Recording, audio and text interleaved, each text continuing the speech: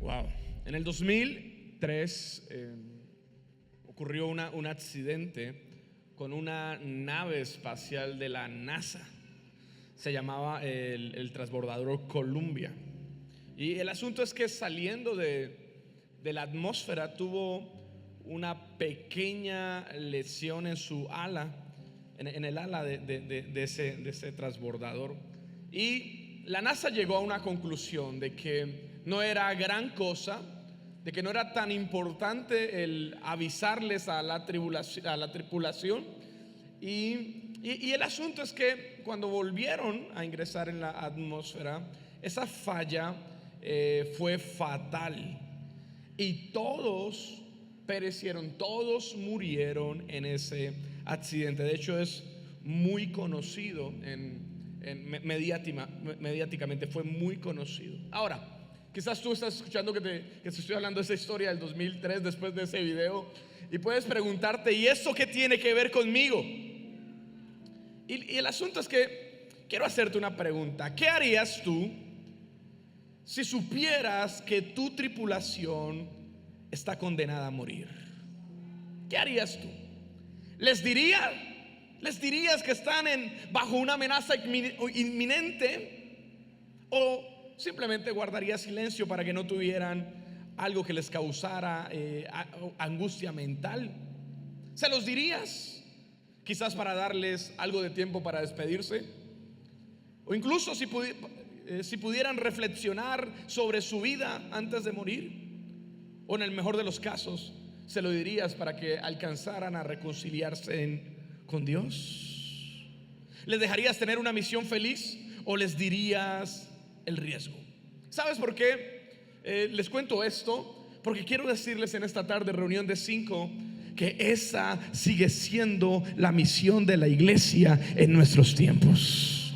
En este momento es la misión de la iglesia, porque en cierta forma el dilema del Columbia se parece al que estamos viviendo en estos momentos. Hay guerras, hay terremotos, hay muertes.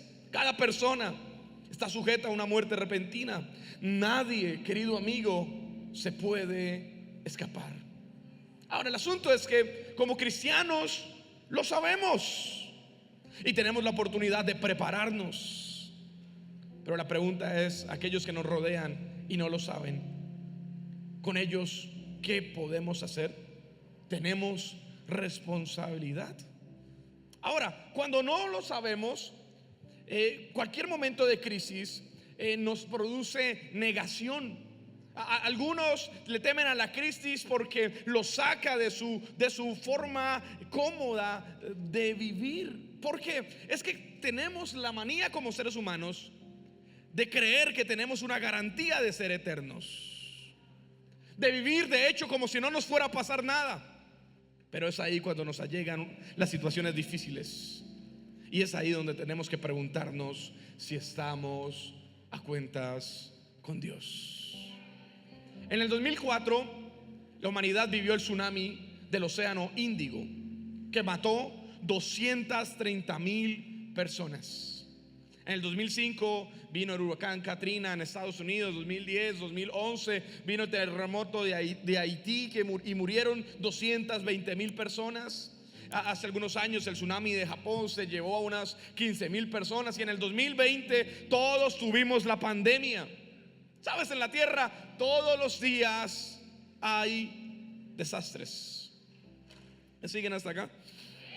Todos los días hay tragedias y te estoy hablando en este caso de fenómenos naturales, pero todos los días hay accidentes. Viniendo de Bucaramanga, hace algunos días una muchachita quedó ahí muerta en un accidente de tránsito. Hay guerras en el Medio Oriente. Ayer Israel, Irán, Estados Unidos, Pakistán, Afganistán. Y esto solamente son cositas que quizás alguien puede decir, pero están lejos, gracias a Dios.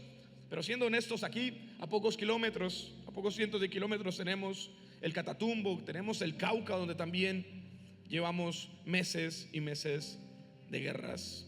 Ahora, es ahí donde siento que el mundo o las personas miran a la iglesia, pueden ver hacia la iglesia, y como cristianos y como seguidores de Dios Quizás no podemos pretender que Dios está sorprendido. No podemos decir que esto que pasa no tiene nada que ver con Dios, porque algunos creen que Dios creó al mundo, pero no participa activamente en los acontecimientos. Eso se llama deísmo. El deísmo es que yo creo que hay un creador, hay un arquitecto del universo, pero no creo que Él está en control, no creo que Él está participando activamente en el destino de cada uno de nosotros. Ahora, lo peor que nos puede pasar es ser cristianos que adoptan cierto deísmo, como en un intento de disculpar a Dios. Y quiero decirte, iglesia, tenemos que dejar de disculpar a Dios cuando pasan cosas difíciles. Cuando los ateos nos pregunten, o los agnósticos nos pregunten ¿por qué pasan estas cosas?, no debemos sentir vergüenza ajena. Debemos entender que las escrituras son claras. Tenemos que entender que Dios está obrando activamente en el universo y nada de esto sorprende a Dios. Pretender que Dios no sabe esto es una falacia. Es una forma como de intentar liberar a Dios de la responsabilidad. Algunos incluso le echan la culpa al diablo. Pero si vemos el libro de Job, Satanás no puede hacer absolutamente nada sin el permiso de Dios. Sea incómodo o no, debemos aprender a responder esto de forma seria y decirles a las personas que Dios es soberano, que Él está en el trono, tanto en los momentos agradables como en los momentos desagradables. Dios sigue sentado en el trono. Él está activo en todos los acontecimientos.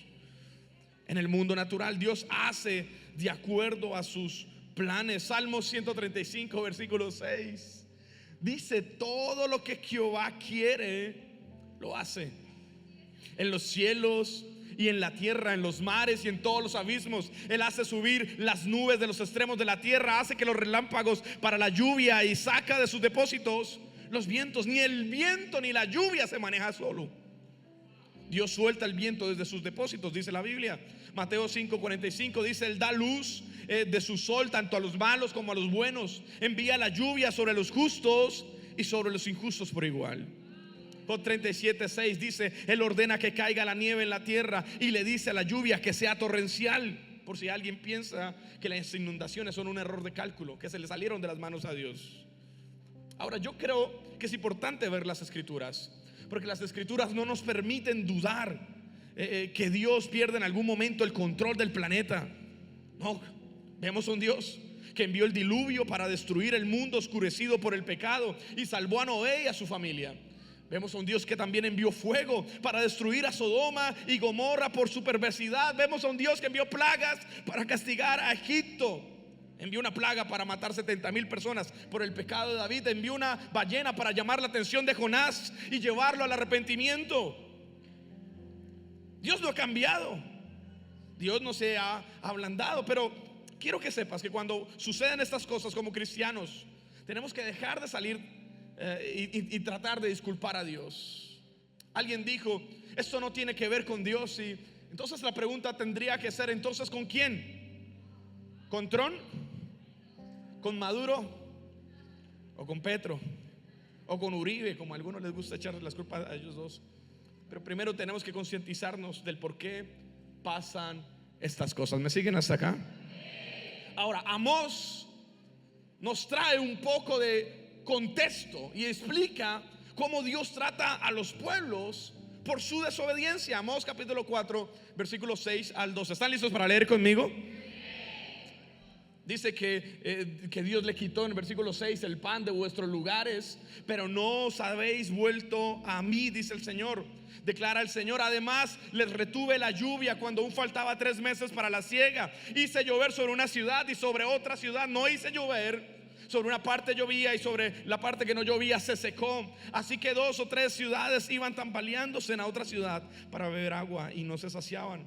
Pero no se han vuelto a mí, declara el Señor. Los herí con viento abrasador y con añublo, y la oruga ha devorado vuestros muchos huertos y viñedos, mientras higueras y vuestros olivos. Pero todavía no se han vuelto a mí, declara el Señor. Envié contra vosotros la plaga, como la plaga de Egipto. Maté a espada a vuestros jóvenes, junto con vuestros caballos capturados, e hice subir hasta vuestras narices el hedor de vuestro campamento. Pero no se han vuelto a mí, dice el Señor, declara el Señor. Os destruí como Dios destruyó a Sodoma y Gomorra, y fuisteis como tizón arrebatado de la hoguera, pero aún no se han vuelto a mí, declara el Señor. Por lo tanto haré contigo, Israel. ¿Y por qué te he de hacer esto? Prepárate para encontrarte con tu Dios, dice el Señor. Ahora la pregunta que podríamos hacernos hoy es: ¿bueno Dios? ¿Es bueno Dios cuando el resultado no lo es? Porque yo lo he visto como pastor. Cuando alguien es sanado de cáncer terminal, decimos: Dios es bueno. Yo he orado por personas que de forma milagrosa Dios los salvó, y decimos ahí: Dios es bueno. Pero también he tenido que estar en el cementerio cuando Dios no los sanó y las cosas no se dieron como esperábamos, y ahí tenemos que preguntarnos: ¿ahí Dios es bueno? Iglesia, tenemos que entender esto. Dios es bueno en días de recesión, pero Dios también es bueno en días de abundancia. Dios es bueno en días de salud, pero también es bueno en días de enfermedad. Y es que Dios no tiene un contrato firmado unilateralmente con nosotros. A veces creemos que el hecho de ser cristianos nos va a prevenir de la muerte física, pero no es así. Todos tenemos, dice la palabra de Dios, Dios ha determinado que el hombre muera una vez y luego sea el juicio. Tenemos que entender eso. Dios no ha hecho un trato con nadie. Él envió a su Hijo para morir por nosotros. Pero también nos dijo que en el mundo tendríamos aflicciones, tendríamos persecuciones. Y vuelvo a decir, yo he orado por gente y he visto milagros, pero también he tenido que ir a funeral de algunos. Y aquí es donde el evangelio de naipes se cae. Si estamos creyendo que esto es un solo sin problemas, una vida sin problemas. No podemos decir que Dios no permite las enfermedades, porque en la Biblia nos muestra muchas veces que esa es la forma como Dios busca llamar la atención de nosotros. Ahora, eso no es un punto que nos da licencia como para juzgar a alguien que pasa una enfermedad o algún tipo de proceso. No, nos tiene que más bien mantener humildes. Este fue el mensaje de Jesús cuando los seguidores usaron a un ciego y le preguntaron: Señor, ¿por qué este nació ciego? ¿Es culpa de sus padres? ¿Pecaron o él pecó? Queremos muchas veces buscar quién es el culpable, pero Jesús responde de una manera superior y él dice: el hombre nació ciego para que las obras de Dios se manifiesten en él. Juan capítulo 9 versículo 3. Entonces, ¿qué es lo que Dios quiere enseñarnos? Que lo que está ocurriendo en el mundo es para que Dios manifieste su poder. Porque si llegamos entonces a la conclusión de que Dios no está a cargo de los desastres del mundo, ¿cómo vamos a pretender que Él está en control de nuestras vidas y de nuestro futuro? ¿O Dios está involucrado en todas las funciones del mundo o no está involucrado en nada? Pero Dios no es un Dios que las cosas se le escapan, algunas sí y otras no. Alguien dijo en un momento de pandemia, alguien dijo: esto es como la venganza de Dios contra los chinos, contra algún chino en particular. Nos gusta buscar ese tipo de enfoque, pero hay un momento que me encanta en los evangelios, donde se acercan algunas personas y les dicen: estos que murieron en aquella torre murieron por ser tan pecadores. Pero aquí en el centro de lo que quiero decirte, Jesús le respondió: ustedes creen que esos que murieron eran peores pecadores que el resto de los que sobrevivieron, pero les digo la verdad, a menos que ustedes se arrepientan, ustedes también van a perecer. Ese es el mensaje, el centro, es la misión de la iglesia. Es el por qué el evangelio tiene sentido. Es esto: todos, absolutamente todos, vamos a morir si no nos arrepentimos. Tremendo. En otras palabras, el mayor desastre ocurrió en el huerto del Edén. Es lo que hoy vivimos, un daño colateral. El pecado entró por medio de Adán al ser humano. La caída nos hizo a todos víctimas. Pero hoy estamos aquí porque estábamos rotos. Una pérdida, quizás un divorcio, una enfermedad, y el punto es que coincidimos en algo. Dios se valió de eso para acercarnos a Él. ¿Sabes por qué? Porque la crisis siempre nos lleva de vuelta a los brazos de Jesús. Esas cosas ayudan a la humanidad a diferenciar lo temporal de lo permanente. La enfermedad, las guerras, las pandemias comenzaron en el huerto del Edén. Lo que vivimos hoy, como les digo, es un daño colateral, una acción en el Edén, el pecado del Edén que entró en el ser humano nos llevó a esto. Pero aún así tenemos mucho valor que aprender a través de eso, porque es normal que cuando el médico nos da una mala noticia olvidemos todos los tiempos de salud, ¿sí o no? ¿Saben por qué? Porque volvemos con facilidad lo sagrado, lo volvemos común. Las palabras de José cuando habló con el faraón de la revelación del sueño fueron estas: habrá un hambre tan grave, tan aguda, que va a borrar el recuerdo de los años buenos. Josué vio en el sueño ambas temporadas, la de abundancia y la de hambre. Ambas temporadas estaban sostenidas por Dios. Pero lastimosamente cuando viene la hambruna, la gente olvida los tiempos de abundancia. Por eso una mala temporada, una tragedia no puede definir a Dios. Acá creemos en Dios. Pero el asunto es que cuando hay un desastre, creemos que Dios está siendo puesto a prueba, cuando la verdad es otra. Nosotros somos los que estamos siendo puestos a prueba. ¿Me siguen? No podemos pensar que las muertes masivas pueden desacreditar más que una sola muerte. Lo hacemos por lo general. Hace algún tiempo vi a un periodista decir en la televisión: no voy a creer nunca en un Dios que permita que sus criaturas les pasen cosas tan terribles. Ahora, es una declaración de alguien que quizás no tiene temor de Dios en su corazón, pero el problema es que cuando como cristianos podemos llegar a pensar de esa misma manera, que piensen en Dios como un padre sobreprotector que les garantice todo: salud, riqueza, alegría y una vida libre de tragedia y de dolor. Pero eso no es Dios. Ahora, yo quiero decirles esto: yo creo que Dios sana porque lo he visto sanar. Yo creo que Dios hace cosas grandes porque lo he visto hacer esas cosas. Pero aquí el punto es entender que todos eventualmente vamos a morir. Todos. Por eso tenemos que estar a cuentas con Dios. Esa misma gente que pregunta ¿dónde está Dios cuando hay una pandemia? Es la misma que rehúsa adorarlo y honrarlo cuando vienen años de paz y de calma.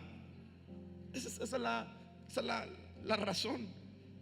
Esos que en su corazón cuestionan a Dios por las cosas que pasan son los mismos que cuando hay un Super Bowl o cuando hay algo tendencia faltan a la iglesia a adorarlo y celebran el pecado cuando se proclama. Los que no les importa leer la Biblia son los que creen que olvidan a Dios en las temporadas buenas, pero que ese mismo Dios está obligado a ayudarlos como un helicóptero de rescate en sus temporadas malas. Que el Dios al que ignora cuando son ricos tiene que salvarlos de la pobreza extrema. Pero la verdad es que Dios no nos debe nada. No nos debe nada. Él no es deudor de nadie, dice la Biblia. Por el contrario, somos nosotros los que tenemos que agradecerle y buscarlos por los tiempos en los cuales Él nos cuida. ¿Cuántos pueden levantar sus manos al cielo hoy? ¿Cuántos pudieron cantar en la alabanza y en la adoración? Si pudiste hacerlo, si pudiste llegar caminando en esta tarde, tienes muchas razones para agradecer a Dios. Tienes mucho más que muchos que no tienen aire para hablar. Es importante entender esto: Dios nos bendice hasta con su silencio. Por eso la crisis hace que las naciones adoren a Dios. Y es ahí donde todo comienza a cobrar sentido. Ahora, Dios está todos los días. Dios está todas las temporadas. Pero ¿qué hacemos entonces cuando vivimos una crisis? Hay tres cosas que creo yo que son el propósito de las crisis. La primera: muchas veces Dios permite la crisis en el mundo, Dios permite la crisis en nuestras familias, porque las crisis nos devuelve la sensibilidad. Hoy no hay nadie más agradecido como alguien que ha tenido que pasar largas semanas en un cuarto de cuidados intensivos. Ahí se da cuenta que incluso caminar en el parque comiendo un helado no es algo común, no es algo que todos pueden hacer. En el cuidados intensivos, cuando tú sabes tienes que cumplir un horario, una responsabilidad, no te puedes ir de ahí. ¿Sabes qué privilegio teníamos cuando caminábamos normal? Las crisis nos devuelven la sensibilidad. Segundo, nos recuerda que el evangelio no es simplemente para empoderar personas. o para repetir frasecitas para vivir mejor. No, sino que el evangelio tiene un propósito, un motivo mucho más importante, que son las almas perdidas. En esos momentos de crisis decimos: difícil lo que vivo. Claro que sí, pero yo tengo esperanza en Cristo.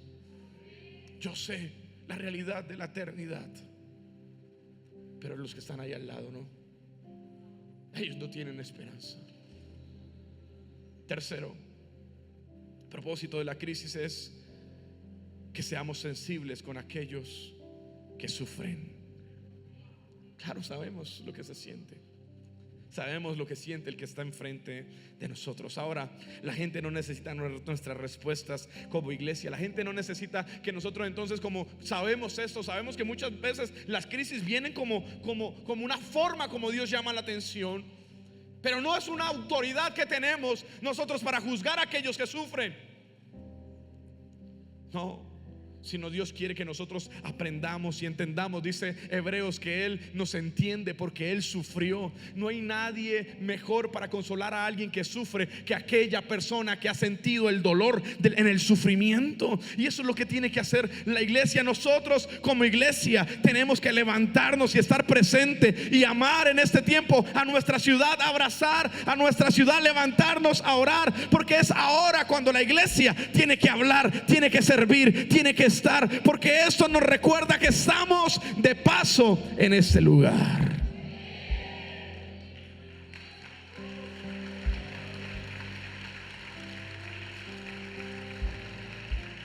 Dios mismo estará con ellos, dice la palabra, y Él secará sus lágrimas. Esto es un recordatorio de que esto no es nuestro hogar permanente. Este es nuestro mensaje. Amo que Dios nos permita construir esto, y quiero que este lugar sea mejor, pero nuestra visión a la hora de esforzarnos para construir esto es que una ciudad pueda venir a este lugar y conocer a Jesús, que niños puedan crecer en este lugar, que podamos en este lugar abrazar y amar a aquellas personas que sufren. Pero también es un recordatorio constante de que este lugar no es permanente para nosotros. Nosotros estamos de paso en este lugar. Nosotros somos ciudadanos del cielo, dice el apóstol Pablo. Si estás en una crisis, quiero decirte que ese lugar no es un lugar permanente para ti, sino que ese es un lugar de paso. Hay una eternidad. Si te tocó sufrir aquí en la tierra unos años, tienes una eternidad para que disfrutes en el reino de los cielos. ¿Sí? Y yo sé que no es un mensaje que hoy día se predique mucho. Satanás ha sabido distraernos para que no hablemos de la importancia de la eternidad, de la responsabilidad de la eternidad. Cometemos el error como iglesia de creer que hablar de la muerte o del infierno no es algo cool, no motiva tanto, y por eso muchas veces no lo hacemos. Pero que no hablemos de esto no significa que no sea una realidad. ¿Me siguen hasta acá? Tremendo, ¿no? No importa los lujos que tengas a tu alcance, una inundación nos hace ver absolutamente a todos por iguales. Ahí es donde nos damos cuenta que todos somos mortales, que no solamente es Haití o el Medio Oriente. Nos damos cuenta que al final del día la muerte nos alcanzará a todos. Ahora, no estoy ponderando lo que pasa, sino reflexionando junto con ustedes. ¿Acaso será que nuestra mente no alcanza a entender lo que Dios quiere? Una crisis viene a enseñarnos, primero, que toda crisis tiene una fecha de caducidad, que nunca serán para siempre, pero tú sí, aquí y en la eternidad, en el cielo o en el infierno. Las aflicciones del tiempo presente, dice la palabra, no son comparadas con la gloria venidera. Ahora termino con esto. Me encanta, quiero decírtelo de esta manera. Entonces la pregunta hipotética del director de la NASA sería: ¿qué harías tú si tu tripulación está condenada a morir? ¿Se lo dirías? Esa es la palabra que Dios puso en mi corazón, el peso que Dios puso en mi corazón esta semana mientras orábamos comenzando este mes. Me dijo: dile a la iglesia Dile, recuérdales que todos van a morir. Que Jesús sanó a la hija de Jairo, hizo el milagro deseado del corazón de un padre. Pero recuérdales que esa niña volvió a morir. Recuérdales que yo resucité a Lázaro. Fue un milagro tremendo. 4 días después lo levantó de la muerte. Pero luego Lázaro volvió a morir. Todos vamos a volver a morir. ¿Me siguen hasta acá? Todos, y todos nos vamos a presentar delante del tribunal de Cristo. Todos. Quizás nunca lo habías escuchado, pero hoy te lo tengo que decir. La palabra de Dios dice: está determinado que todo hombre muera y se parará delante del tribunal de Cristo. Quizás si tú crees que la vida es solamente aquí, quiero decirte que el evangelio habla de una vida eterna. Vas a morir y te vas a levantar. Y dice Levíticos que ninguno se presentará delante de Dios con las manos vacías. Vas a morir. No es tan popular decirlo, no me siento raro. De hecho, por eso me quité el bigote, para que me saliera la voz clara. Vas a morir. Suena como una película de terror. Mira a la persona que tienes a tu lado y dile: vas a morir. Vas a despertar a la realidad espiritual. Vas a estar delante del tribunal de Cristo. Y te pregunto, ¿cómo te presentarás delante de Dios? Dice Levíticos: ninguno se presentará con manos vacías. Si tú crees que todo en la vida cristiana es venir de vez en cuando a la iglesia o vivir distraído y sirviendo a otras cosas, te vas a tener que parar delante del tribunal de Cristo. Mi pregunta es: ¿sabes eso? ¿Te estás preparando para cuando tengas que pararte delante de Dios? Yo no quiero que nadie en este día pueda gritarme y decirme: pastor, fui a tu iglesia y nunca me lo predicaste, nunca me lo dijiste. No, te lo estoy diciendo hoy. Vas a morir. Oro por una vida en bendición. Oro que Dios nos permita conquistar muchas cosas. Oro que Dios nos permita hacer prodigios y milagros. Pero tarde o temprano vamos a morir y estaremos delante del tribunal de Cristo. ¿Te estás preparando? ¿Tienes algo que presentarle al Señor cuando llegue tu momento? Porque dice la Biblia: ninguno se presentará delante de Jehová con las manos vacías. No hay excusa que valga. No hay excusa que valga. ¿Alguien me escucha eso? Y ese es el centro. Todo lo demás es importante, es interesante, podemos aplicarlo, vivirlo, pero el centro del evangelio es: vamos a morir. ¿Estamos listos? ¿Y si te tocara hoy? ¿Y si te tocara mañana? ¿Y si te tocara la próxima semana? ¿Estás listo para encontrarte con el Rey de Gloria? Aquí es donde tenemos que preguntarnos y tomar las decisiones que necesitamos tomar hoy. Ninguno se presentará delante de mí, dice el Señor, con las manos vacías.